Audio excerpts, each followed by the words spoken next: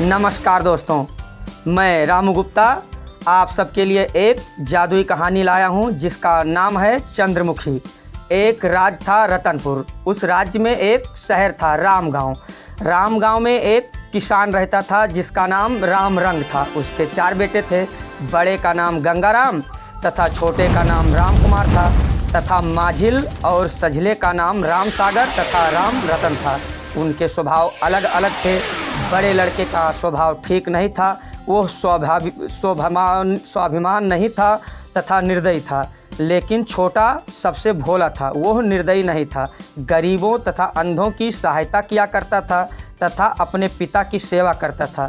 साझिल तथा माझिल छोटे लड़के के स्वभाव से मिलते जुलते थे। वो छोटे के साथ मिलकर घर का काम किया करते थे। पिता तीनों से खुश थे। साथ उन्हें दुख था बड़े बेटे के व्यवहार से। बड़े बूढ़े कहते हैं कि जहाँ खुशी है वहीं कहीं छिपा हुआ दुख भी है। जो खुशी को ढूंढने जाता है साथ साथ दुख भी चला आता है।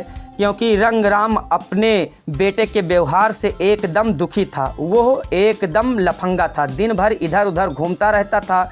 घर का एक काम नहीं करता था।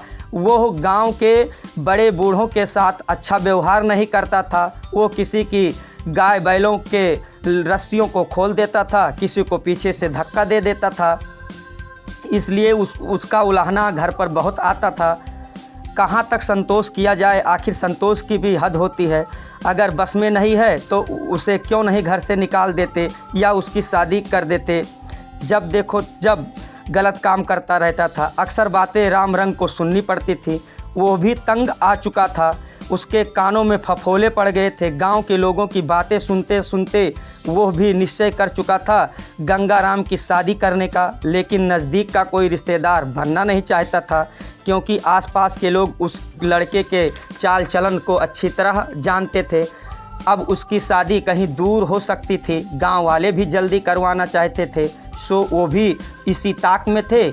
गांव वाले चाहते थे कि जिस तरह इसने हमें परेशान किया है अपने बेटे से, उसी तरह कोई ऐसी लड़की ढूंढना चाहिए कि वो भी इसे परेशान करे। गांव का एक आदमी एक दिन ऐसी लड़की ढूंढने में सफल हो गया।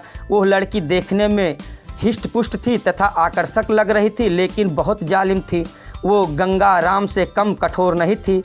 उसे आम आदमी देखकर कहता कि ये बहुत भोली भाली होगी, लेकिन उसके पीछे छुपे उसका एक चेहरा नागिन का था जो औरत के रूप में रहकर जुल्म ढा रही थी। वो जरा सी भूल पर बिगड़ जाती थी तथा गांव वालों के किसी भी लड़के पर हाथ उठा देती थी, जिससे उसके घर वालों को झगड़ा करना पड़ता था। उस गांव के लोग भी उससे परेशान थे, लेकिन करते भी क्या। जो आदमी उस गांव को गया था उसका भी उससे झगड़ा हो गया, क्योंकि वो उससे भूल से पूछ बैठा था कि इस गांव का मुखिया का घर कहाँ पड़ता है। सो उसे मुखिया को गाली देकर कहा कि कहीं पड़ता होगा हरामजादे का घर, मैं क्या जानूं। तो उस आदमी ने कहा था कि गाली क्यों देती हो, नहीं बताना है तो ना बताओ। क्योंकि मुखिया उसका मामा था और वो उस गांव में पहली बार गया था, इसलिए उसका घर पूछना पड़ा था। इससे बहुत सारी बातें बढ़ गई थी। जब उसे पता चला, जब वो मामा के घर पहुंच गया कि यह लड़की बहुत ख़राब है, उससे बात नहीं करनी चाहिए थी। चलो सो होना था हो गया। अब तो गांव वाले ये सुनकर खुश हो गए। बोले ये शादी ठीक रहेगी और बड़ी जुगाड़ लगाकर उस लड़की की शादी गंगाराम से हो गई। अब तो गंगाराम को नाक के बल चना चबाने पड़ने लगा। लेकिन करता क्या, अब तो उसे घर रहना पड़ता तथा उसके कहे अनुसार करना पड़ता, तथा न करता मारपीट शुरू हो जाती। रंगराम का यह देखते देखते ना ही सब्र होता और ना कहते बेटा ऐसा ना करो, क्योंकि वो कब मानने वाला था। कहता तुम चुप रहो पिताजी, तुम बीच में मत बोलो तो अच्छा है। कहते हैं कि चिंता जीवित आदमी को जला देती है और चिता मरे हुए को। गांव वाले तो खुश थे, लेकिन रंगराम की नींद हराम हो गई थी। अचानक वो एक दिन बीमार पड़े तथा चल बसे। तब गांव वालों को धक्का लगा कि हमें ऐसा नहीं करना चाहिए था। परेशान तो हमें गंगाराम करता था, लेकिन रंगराम ने हमारा क्या बिगाड़ा था। उन्हें अब अपने गलती का एहसास होने लगा कि ये शादी कराकर कितनी बड़ी गलती हमने की है। वो उसे आदमी को कोसने लगे जिसने इस लड़की को ढूंढा था। लेकिन अब क्या होना था, जो होना था पहले हो चुका था। गांव वालों ने रंग राम काका को चिता जलाकर मिट्टी दे दी। 1 दिन 2 दिन शोक छाया रहा। बड़े को छोड़कर शेष तीनों भाई 2 दिन तक खाना नहीं खाया। छोटे का तो रोना बंद ही नहीं हो रहा था, वो रोते ही जा रहा था। दोनों भाई उसे चुप करा रहे थे। अरे पगले, ये तो होना ही था, जो इस दुनिया में आया है उसे एक दिन जाना ही पड़ता है, रोता क्यों है। और खुद रोने लगते। गांव वाले उन्हें चुप कराते और कहते कि शोक को छोड़कर काम काज में मन लगाओ तथा अपने पिता के पद चिन्हों पर चलो। गांव वालों के धीरज बधाने पर वे तीनों काम में मन लगाने लगे। लेकिन अब उनके ऊपर भाभी का जुल्म बढ़ने लगा था। उनको छोटी सी गलती के लिए भारी सज़ा दी जाती थी। खेतों में काम करने पर पानी तक वहाँ नहीं जाता और घर आने पर जब भाभी से कहते तो सुनना पड़ता, तुम्हारे बाप की नौकर हूँ क्या, जो पानी लेकर आऊँ खाना लेकर आऊँ। पेट भर नहीं मिलता था तीनों को, लेकिन वो किसी से कहते नहीं थे।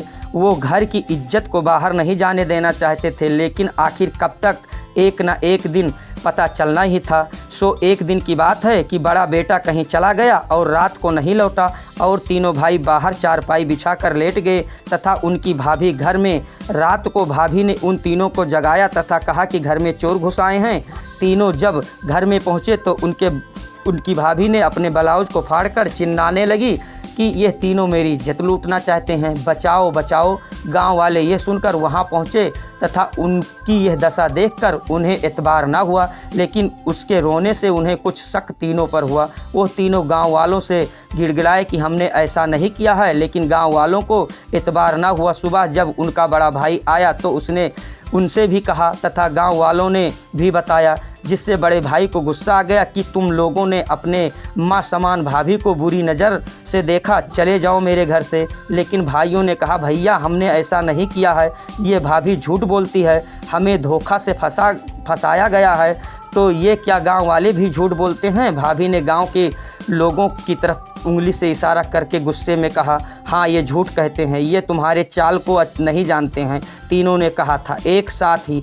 गांव वाले सिर्फ उसे कठोर तथा जालिम ही समझते थे। वे उसके इस चाल को नहीं समझ पाए कि उसके पीछे क्या साजिश है, जिससे वे इसके इस बात पर विश्वास कर बैठ गए। हम कहाँ जाएंगे भैया, हमारे इस दुनिया में आपके सिवा कौन है। तीनों भाइयों ने हम हाथ जोड़कर कहा कि बड़े भाई ने गरज कर कहा कि मुझे क्या मालूम नहीं, चले जाओ यहाँ से, नहीं तो बहुत बुरा होगा। मजबूर होकर तीनों घर छोड़कर चल दिए। इसके आगे उनके साथ क्या क्या हुआ, ये कहानी जादुई मोड़ कैसे लेती है, जानने के लिए सुने Chandramukhi part 2 by Ramu story.